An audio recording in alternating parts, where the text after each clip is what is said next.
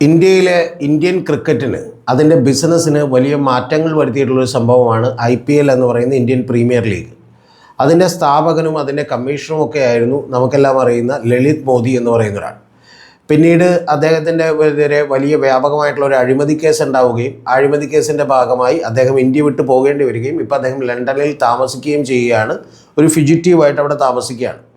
അപ്പോൾ ആ ഫ്യൂജിറ്റീവായിട്ട് താമസിക്കുന്നയാൾ കഴിഞ്ഞ ദിവസങ്ങളിൽ മീഡിയകൾക്കെല്ലാം തന്നെ നിരവധി പോഡ്കാസ്റ്റുകൾ കൊടുത്തിട്ടുണ്ട്. ഇൻക്ലൂഡിങ് ANI എന്ന് പറയുന്ന വാർത്താ ഏജൻസിയും അതിൻ്റെ സ്മിത പ്രകാശും അടക്കം വളരെ ലെങ്തി ആയിട്ടുള്ള രാജ് ഷമാമി പോലെയുള്ള ആളുകൾക്കൊക്കെ തന്നെ പോഡ്കാസ്റ്റുകൾ കൊടുത്തിട്ടുണ്ട്.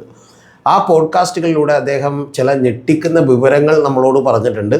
പക്ഷേ അത് നാഷണൽ ചാനലുകളിലൊക്കെ തന്നെ ന്യൂസ് ആയിട്ടുണ്ടെങ്കിൽ പോലും നമ്മുടെ മലയാളം മാധ്യമങ്ങൾ എന്തുകൊണ്ടാണ് അത് ന്യൂസ് ആക്കാത്തതെന്ന് എനിക്കറിയില്ല. അതിലേറ്റവും പ്രധാനപ്പെട്ട കാര്യമെന്ന് പറയുന്നത് ദാവൂദ് ഇബ്രാഹിമുമായി ബന്ധപ്പെട്ട ചില കാര്യങ്ങളാണ്.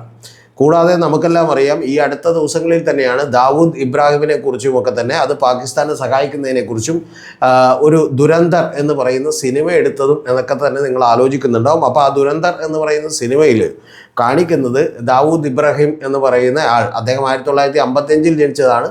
ഇപ്പോൾ അദ്ദേഹം ജീവിച്ചിരിക്കുന്നുണ്ടെങ്കിൽ 71 വയസ്സുണ്ടാവും. ഇപ്പോൾ അദ്ദേഹം ബെഡ് റിഡനായി പോയിസൺ ഏറ്റ് കിടക്കുന്നൊരവസ്ഥയിലാണ്. അത് ഇന്ത്യയിലെ ഏജൻറ്റുമാർ ചെയ്തതായിട്ടാണ് ദുരന്തർ എന്ന് പറയുന്ന സിനിമയിൽ കാണിക്കുന്നതൊക്കെ തന്നെ.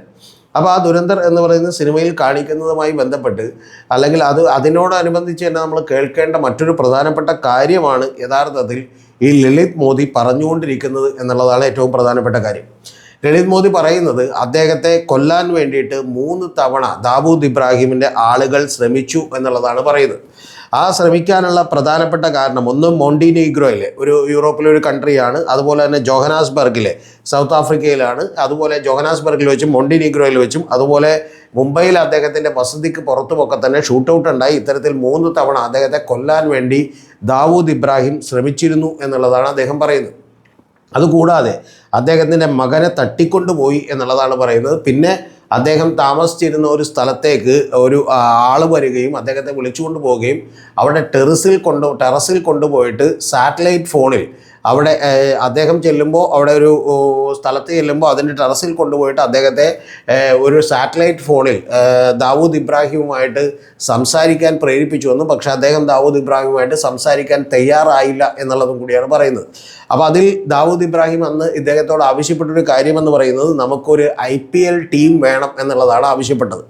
അപ്പോൾ ഇത്തരം കാര്യങ്ങളിൽ അദ്ദേഹം പറയുന്ന മറ്റൊരു പ്രധാനപ്പെട്ട കാര്യം എന്തുകൊണ്ടാണ് ഈ പറയുന്ന അദ്ദേഹം അവരുമായി സഹകരിക്കാതിരുന്നുകൊണ്ടാണ് അദ്ദേഹം ഈ അവസ്ഥയിലേക്ക് എത്തിയതെന്നും യഥാർത്ഥത്തിൽ ഈ 3 കൊല്ലത്തോളം അവർ വലിയ തോതിലുള്ള ബെറ്റിങ്ങുകൾ ഈ മേഖലയിൽ നടന്നുവെന്നും ആ ബെറ്റിങ്ങുകളൊക്കെ തന്നെ നിങ്ങൾ ഉദ്ദേശിക്കുന്ന പോലെയല്ല, പല ഓവറുകളിലും ബോളുകളിലും ഒക്കെ തന്നെ ഇത്തരത്തിലുള്ള ബെറ്റിങ്ങുകൾ നടന്നുവെന്നും അത് യഥാർത്ഥത്തിൽ അന്ന് തന്നെ ഒരു $2 ബില്യൺ എമൗണ്ട് ആയിരുന്നു എന്നാണ്. $2 ബില്യൺ എന്ന് പറഞ്ഞാൽ നിങ്ങൾ അറിയേണ്ടത് ഏതാണ്ട് 19,000 കോടി രൂപ ഇന്നത്തെ ലെവലിലേക്ക് വരും. അപ്പം അത്തരത്തിൽ വലിയ തോതിൽ മണി റീപ്പ് ചെയ്യുന്ന പണം കൊയ്യാൻ പറ്റുന്ന കാര്യമാണെന്നാണ് അദ്ദേഹം പറയുന്നത്. ഇപ്പം അത് മിക്കവാറും ഒരു $4 ബില്യൺ ആയിരിക്കും എന്ന് പറഞ്ഞാൽ ഇപ്പം അത് 38,000 വരുന്ന $, ആയിരിക്കും എന്ന് 38,000 കോടി രൂപയുടെ ഡീലിങ്സുകളായിരിക്കും ഈ പറയുന്ന IPLുമായി ബന്ധപ്പെട്ടും ക്രിക്കറ്റുമായി ബന്ധപ്പെട്ടും ഒക്കെ നടക്കുന്നത്. അപ്പോൾ അതിൽ ദാവൂദ് ഇബ്രാഹിമിന് ഒരു ടീം വേണമെന്നുണ്ടായിരുന്നു. കൂടാതെ ഇത്തരത്തിലുള്ള ബെറ്റിങ്ങുകളൊക്കെ തന്നെ കൃത്യമായിട്ട് നടത്താൻ വേണ്ടിയിട്ടുള്ള സഹകരണമൊക്കെ ചോദിച്ചിരുന്നു. പക്ഷെ അതൊന്നും ചെയ്യാത്തത് കൊണ്ടാണ് ഇദ്ദേഹത്തിൻ്റെ പേരിൽ ഇത്തരത്തിലുള്ള ഭീഷണികൾ ഉണ്ടായതെന്നും ആ ഭീഷണികളുടെ അടിസ്ഥാനത്തിൽ തന്നെ പ്രധാനപ്പെട്ടൊരു കാര്യമെന്ന് പറയുന്നത് ഇദ്ദേഹത്തിനെതിരെയുള്ള ആക്രമണങ്ങൾ ഉണ്ടായിട്ടുള്ളതെന്നും അതിൻ്റെയൊക്കെ ഭാഗമായി തന്നെയാണ് ഇദ്ദേഹത്തിന് പലപ്പോഴും വലിയ പ്രശ്നങ്ങൾ നേരിടേണ്ടി വന്നത് എന്നുകൂടി യഥാർത്ഥത്തിൽ സൂചിപ്പിക്കുന്ന നിരവധി കാര്യങ്ങൾ വളരെ ബോൾഡായി ഇന്ത്യയോട് വിളിച്ചു പറഞ്ഞിരിക്കുകയാണ് ചില പോഡ്കാസ്റ്റുകളിലൂടെ നമ്മൾ അറിയുന്ന ലളിത് മോദി എന്ന് പറയുന്ന ഒരാൾ. ഈ ലളിത് മോദി എന്ന് പറയുമ്പോൾ അദ്ദേഹം ഒരു സാധാരണ കുടുംബത്തിൽ ജനിച്ച ഒരാളല്ല. അദ്ദേഹം വലിയ സമ്പന്നമായിട്ടുള്ള കുടുംബത്തിൽ ജനിച്ച ഒരാളാണ്. അദ്ദേഹത്തിൻ്റെ ഗുജറാമൽ മോദി എന്ന് പറയുന്ന അദ്ദേഹത്തിൻ്റെ ഗ്രാൻഡ് ഫാദർ ഉണ്ടായിരുന്നു. അദ്ദേഹം തന്നെ വലിയ സമ്പന്നനായിരുന്നു. ഒരു വലിയ എംപയർ പടുത്തുയർത്തിയ ആളാണ്. അദ്ദേഹത്തിൻ്റെ ഫാദർ എന്ന് പറയുന്നത് KK മോദി അത് കൊണ്ടുപോയിക്കൊണ്ടിരുന്ന ഒരാളാണ്. അപ്പോൾ അത്തരത്തിലുള്ള വലിയ സമ്പന്നനായിട്ടുള്ള ഒരാൾ അദ്ദേഹം ഇവിടെ നിന്ന് ഫ്യൂജിറ്റീവായി പോകേണ്ടി വന്നതിൻ്റെ പിന്നിൽ രാഷ്ട്രീയമായിട്ടുള്ള അതുപോലെ തന്നെ ഇത്തരത്തിലുള്ള മാഫിയ ബന്ധങ്ങളുടെയൊക്കെ തന്നെ ഗൂഢാലോചനകൾ ഉണ്ടായിരുന്നു എന്നാണ് പറയുന്നത്. ഇത് യഥാർത്ഥത്തിൽ വലിയ പോഡ്കാസ്റ്റാണ്, ഏതാണ്ട് 3-3.5 മണിക്കൂറുള്ള 3 മണിക്കൂർ 40 മിനിറ്റുള്ള ഒരു പോഡ്കാസ്റ്റാണ്. ആ പോഡ്കാസ്റ്റിൽ ഇദ്ദേഹം ഇത് കൂടാതെ തന്നെ അദ്ദേഹത്തിൻ്റെ മറ്റു പല ബന്ധങ്ങളെക്കുറിച്ചുമൊക്കെ തന്നെ ഡീറ്റെയിൽസ് പറയുന്നുണ്ട്. സുനന്ദ പുഷ്കർ എങ്ങനെയാണ് ഈ പറയുന്ന ഒരു IPL ടീം ഉണ്ടാകുന്നത്, അവർക്ക് എങ്ങനെയാണ് സർട്ടിഫിക്കറ്റ് കിട്ടിയത്, അതിലെങ്ങനെയാണ് ശശി തരൂർ പ്രഷറൈസ് ചെയ്തത് എന്നുള്ളതിനെക്കുറിച്ച് പറയുന്നുണ്ട്. അതുപോലെ ദാവൂദ് ഇബ്രാഹിമിൻ്റെ രീതികളെക്കുറിച്ച് അദ്ദേഹം പറയുന്നുണ്ട്. ഇത്തരത്തിലുള്ള നിരവധി കാര്യങ്ങളിൽ ഇന്ത്യൻ ബിസിനസ്സുകളിൽ, ഇന്ത്യയിലെ എൻ്റർടൈൻമെൻറ്റ് ബിസിനസ്സുകളിൽ ഇപ്പോഴും ഈ പറയുന്ന പ്രത്യേകിച്ചും ക്രിക്കറ്റിലൊക്കെ തന്നെ വലിയ ബന്ധങ്ങൾ, വലിയ താല്പര്യങ്ങൾ ദാവൂദ് ഇബ്രാഹിമിനെ പോലെയുള്ള ആളുകൾക്കുണ്ട് എന്നുള്ളത് കൂടിയാണ് അദ്ദേഹം പറയുന്നത്. അപ്പോൾ അതിൻ്റെ പേരിൽ നമ്മൾ യഥാർത്ഥത്തിൽ ഞെട്ടേണ്ട നിരവധി കാര്യങ്ങൾ അതിനകത്തുണ്ട്. പക്ഷേ ഏറ്റവും പ്രധാനപ്പെട്ട ഒരു കാര്യം മാത്രം എടുത്തുകൊണ്ട് ഞാനിത് പറഞ്ഞു എന്നേ ഉള്ളൂ. പക്ഷേ ഇതുമായി ബന്ധപ്പെട്ട ഒരു ചെറിയ ടൈലൻ്റ് സ്റ്റോറി കൂടി പറയട്ടെ. ഈ കഴിഞ്ഞ ദിവസങ്ങളിൽ നമുക്കെല്ലാം അറിയുന്ന ഷമാ മുഹമ്മദ് എന്ന് പറയുന്ന കോൺഗ്രസിൻ്റെ ഒരു ഔദ്യോഗിക വക്താവുണ്ട്. ആ ഷമാ മുഹമ്മദ് പറഞ്ഞേക്കണത് ഈ ദുരന്തർ എന്ന് പറയുന്ന സിനിമയെക്കുറിച്ച് വളരെ നല്ല സിനിമയാണെന്നാണ് പറഞ്ഞേക്കുന്നത്. അപ്പോൾ താഴെ വന്നിട്ട് ഒരാൾ ഇത് മുസ്ലിം സമുദായത്തെ അങ്ങനെ തന്നെ അപരവൽക്കരിക്കുന്ന, അവരുടെ ഈ പറഞ്ഞ ഇസ്ലാമോഫോബിയ വളർത്തുന്ന ഒരു സിനിമയാണ് എന്ന് പറഞ്ഞുകൊണ്ട് ഒരു പോസ്റ്റ് ഇട്ടിരുന്നു. അങ്ങനെ പോസ്റ്റ് ഇട്ടു എന്ന് പറഞ്ഞപ്പോൾ അവർ തിരിച്ചു പറഞ്ഞേക്കണത് അത് ഇസ്ലാമോഫോബിയ വളർത്തുന്ന സിനിമയല്ല, അത് യഥാർത്ഥത്തിൽ ഇന്ത്യക്കെതിരായിട്ടുള്ള ഇന്ത്യക്കെതിരായിട്ട് നിൽക്കുന്ന ആളുകളെ തുറന്നു കാണിക്കുന്ന ഒരു സിനിമ മാത്രമാണ് എന്നുള്ളതാണ് പറഞ്ഞേക്കുന്നത്. അത് സിനിമയെക്കുറിച്ചുള്ള അവരുടെ അഭിപ്രായമാണ്. പക്ഷേ അത് കൂടാതെ അവർ പറഞ്ഞേക്കുന്ന ഒരു കാര്യം, നിങ്ങൾക്ക് എങ്കിലും ഒരു കാര്യം ചെയ്യും, ഇന്ത്യയിലല്ല പാകിസ്ഥാനിൽ പോയി പൗരത്വം എടുക്കാം എന്നുള്ളതാണ് പറഞ്ഞേക്കുന്നത്. ആ അവസാനത്തെ വാചകം ഒഴിവാക്കേണ്ടതാണ്. പക്ഷെ ഒരു കാര്യം കറക്റ്റാണ്, ദുരന്തർ സിനിമ ഞാൻ കണ്ടതാണ്. ആ സിനിമയിൽ യഥാർത്ഥത്തിൽ ഈ പറയുന്ന നേരത്തെ പറഞ്ഞ ദാവൂദ് ഇബ്രാഹിമായിട്ട് ഒരാളെ കാണിക്കുന്നുണ്ട്. അദ്ദേഹം ബെഡ്റിഡനായി കിടക്കുന്നതാണ്. അവിടെ ISI അദ്ദേഹത്തിന് വലിയ അഭയം കൊടുക്കുന്നതാണ്. ISI ആളുകളുമായിട്ട് അദ്ദേഹം ബന്ധം സ്ഥാപിക്കുന്നതാണ്.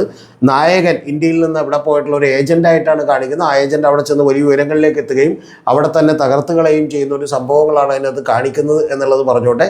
പക്ഷേ ഷമാ മുഹമ്മദ് പറഞ്ഞതിൽ ഷമാ മുഹമ്മദിന് മനസ്സിലാകാത്തൊരു കാര്യം, അത്തരത്തിലുള്ള ആളുകളെ ഒരു സ്പോക്സ് പേഴ്സണൊക്കെ ആയിട്ട് വെച്ചിട്ടുണ്ടെങ്കിൽ കോൺഗ്രസ് എവിടെ എത്തുമെന്ന് നമുക്കറിയില്ല. യഥാർത്ഥത്തിൽ അതിൽ ഷമാ മുഹമ്മദ് ഓർക്കാത്തൊരു കാര്യം, ഇന്ത്യയിൽ ഡീമോണറ്റൈസേഷൻ സംഭവിച്ചതിനെക്കുറിച്ചൊക്കെ തന്നെ അതിൽ വലിയ ന്യായീകരണമുണ്ട് എന്നുള്ളത് നിങ്ങൾ മറന്നു പോകരുത്. അതായത് 60,000 കോടി രൂപയുടെ കള്ളപ്പണം ഇന്ത്യയിലേക്ക് വരുന്നുണ്ട് എന്ന് അറിഞ്ഞുകൊണ്ടാണ് ഒരു പ്രധാനമന്ത്രി ആ നോട്ട് ഡീമോണറ്റൈസേഷൻ പ്രഖ്യാപിച്ചതെന്നും അദ്ദേഹം വളരെ ഗംഭീരനായിട്ടുള്ള മിടുക്കനാണെന്നും അദ്ദേഹത്തെ തടയാൻ നമുക്ക് കഴിയില്ല, അദ്ദേഹം ഇരിക്കുന്നിടത്തോളം കാലം ഒന്നും ചെയ്യാൻ കഴിയില്ല എന്നൊക്കെയുള്ള കമൻറ്റുകൾ കൂടിയുണ്ട് എന്നുള്ളത് ഷമാ മുഹമ്മദ് മനസ്സിലാക്കണം. അതുകൊണ്ട് ആ സിനിമയെ ഒക്കെ ഇപ്പോൾ ഷമാ മുഹമ്മദിന് ഇഷ്ടപ്പെട്ടു എന്ന് പറയുന്നതിൽ കുഴപ്പമില്ല. അതിൽ മുസ്ലിം വിരുദ്ധതയെ കാണിക്കുന്നുണ്ടോ എന്ന് ചോദിച്ചാൽ ഈ കാലഘട്ടത്തിൽ അത് എടുത്തേക്കുന്നതിൻ്റെ പിന്നിലുള്ള ഉദ്ദേശം അത് തന്നെയാണ്. പക്ഷേ വേണമെങ്കിൽ നമുക്ക് ന്യായീകരിക്കാം. അതിൽ തന്നെ എല്ലാ ആളുകളും അവിടുത്തെ ജനത മുഴുവൻ ഇന്ത്യക്കെതിരെയുള്ള ഒരു പ്രവർത്തനം ചെയ്യുന്നതായിട്ട് അതിനകത്ത് കാണിക്കുന്നില്ല. അതിനകത്ത് കാണിക്കുന്ന പ്രധാനപ്പെട്ട കാര്യം എന്ന് പറയുന്നത് ISIയുടെ ഹെഡുകളും അതുപോലെ ഇന്ത്യ വിരുദ്ധരായിട്ടുള്ള കുറേ ആളുകളും, അവർ മുസ്ലിങ്ങളായി പോയാൽ അത് വളരെ ന്യൂനപക്ഷം മാത്രമാണ്, അവരുടെ പ്രവർത്തികൾ മാത്രമേ ഇങ്ങനെ കാണിക്കുന്നുള്ളൂ എന്നുള്ളതാണ്. പക്ഷെ അതിനും അപ്പുറത്തേക്ക് ഡീമോണറ്റൈസേഷനെയും ബാക്കിയുള്ള കാര്യങ്ങളെയൊക്കെ ന്യായീകരിക്കുന്ന ഒരു പ്രൊപ്പഗാണ്ട സിനിമയാണെന്ന് മനസ്സിലാക്കാൻ ഷമാ മുഹമ്മദിന് പറ്റിയില്ലെങ്കിൽ കഷ്ടം എന്നേ പറയാനുള്ളൂ. ടോപ്പിക്ക് കഴിഞ്ഞു. ഇനി ബാക്കി കേൾക്കേണ്ടവർ കേട്ടാൽ മതി. നിങ്ങൾ നമ്മുടെ ചാനലിനെ സപ്പോർട്ട് ചെയ്യണമെന്ന് ആഗ്രഹിക്കുന്നുണ്ടെങ്കിൽ നിങ്ങൾക്കൊരു ഓപ്ഷൻ ഉണ്ട്. അത് നമ്മുടെ ചാനലിൽ മെമ്പർഷിപ്പ് എടുക്കാവുന്നതാണ്. മെമ്പർഷിപ്പ് ലെവൽ 1 മുതൽ ലെവൽ 6 വരെയുള്ള ഡിഫറൻ്റ് ആയിട്ടുള്ള എമൗണ്ടുകൾ അടച്ചുമ്പോൾ നിങ്ങൾക്ക് മെമ്പർഷിപ്പ് എടുക്കാം. അതല്ല നിങ്ങൾക്ക് നേരിട്ട് തന്നെ നമ്മളെ സപ്പോർട്ട് ചെയ്യാൻ താല്പര്യമുണ്ടെങ്കിൽ നമ്മളുടെ ഗൂഗിൾ പേ നമ്പറും അതുപോലെ അക്കൗണ്ട് നമ്പറും കൂടി താഴെ കൊടുത്തിട്ടുണ്ട് എന്നുള്ളത് പറഞ്ഞോട്ടെ. ഇതെല്ലാം നമ്മൾ ആവശ്യപ്പെടുന്നത് നമുക്ക് വ്യക്തിപരമായ എന്തെങ്കിലും നേട്ടത്തിനല്ല, പകരം കുറേ കൂടി ശക്തിയായി ഈ പ്രവർത്തനത്തെ മുന്നോട്ട് കൊണ്ടുപോകാൻ വേണ്ടിയിട്ടാണ്. നമ്മളൊരു പുതിയ ചാനൽ കൂടി ആരംഭിച്ചിട്ടുണ്ട്. അതിൻ്റെ പേര് ബിയോണ്ട് കോമൺ കോൺഷ്യസ്നസ് വിത്ത് രതീഷ് ചക്രപാണി എന്നാണ്. മലയാളത്തിൽ പറഞ്ഞാൽ പൊതുബോധത്തിനും അപ്പുറം രതീഷ് ചക്രപാണിയോടൊപ്പം എന്നാണ്. നമ്മുടെ നാട്ടിലെ എല്ലാ മാധ്യമങ്ങളും അതുപോലെ സോഷ്യൽ മീഡിയയും ഒക്കെ തന്നെ വ്യാജമായിട്ടുള്ള ഒരു പൊതുബോധ നിർമ്മിതികൾക്ക് വേണ്ടി ശ്രമിച്ചുകൊണ്ടിരിക്കുകയാണ്. അപ്പോൾ നമ്മളുടെ ഒരു എളിയ പരിശ്രമമാണ് അതിനെയൊക്കെ ചെറുത്ത് നിൽക്കാനുള്ളത്. നിങ്ങളുടെയൊക്കെ സപ്പോർട്ട് ഉണ്ടെങ്കിൽ മാത്രമേ സാധിക്കൂ. കാരണം പോഡ്കാസ്റ്റുകളൊക്കെ എടുക്കുന്നത് നമ്മൾ പലപ്പോഴും റെൻ്റ് ഔട്ട് ചെയ്തിട്ടുള്ള സ്റ്റുഡിയോകളിലൊക്കെയാണ്. വലിയ എക്സ്പെൻസീവ് ആയിട്ടുള്ള ഒരു കാര്യം കൂടിയാണ്. അതുകൊണ്ട് നിങ്ങളുടെയൊക്കെ വലിയ സപ്പോർട്ട് വേണം എന്ന് ഞാൻ ആവശ്യപ്പെടുന്നു. ഇനി അതല്ല, നിങ്ങൾക്കത് ചെയ്യാൻ കഴിയാത്തവരാണെങ്കിൽ പോലും നിങ്ങളുടെ സപ്പോർട്ട് വേണ്ടത് തീർച്ചയായിട്ടും നമ്മുടെ വീഡിയോകൾ കാണുകയും നമ്മുടെ വീഡിയോകൾക്ക് താഴെ നിങ്ങളുടെ അഭിപ്രായങ്ങൾ എഴുതിയിടുകയും ചെയ്തുകൊണ്ട് തീർച്ചയായിട്ടും നമ്മളെ സപ്പോർട്ട് ചെയ്യണം. അത് വിമർശനമാണെങ്കിലും അഥവാ ഈ പറഞ്ഞ പോലെ നല്ലതാണെങ്കിലും ഒക്കെ തന്നെ റൈറ്റ് ആയിട്ടുള്ള പോസിറ്റീവായിട്ടുള്ള സെൻസിലെടുക്കും. വിമർശനം എന്ന് പറയുമ്പോൾ നിങ്ങൾ കുറച്ചുകൂടി ഷാർപ്പ് ആൻഡ് പ്രിസൈസ് ആയിട്ടുള്ള വിമർശനമാണെങ്കിൽ കൂടുതൽ നല്ലത് എന്നുള്ളത് കൂടി ഞാൻ പറഞ്ഞു നോക്കട്ടെ.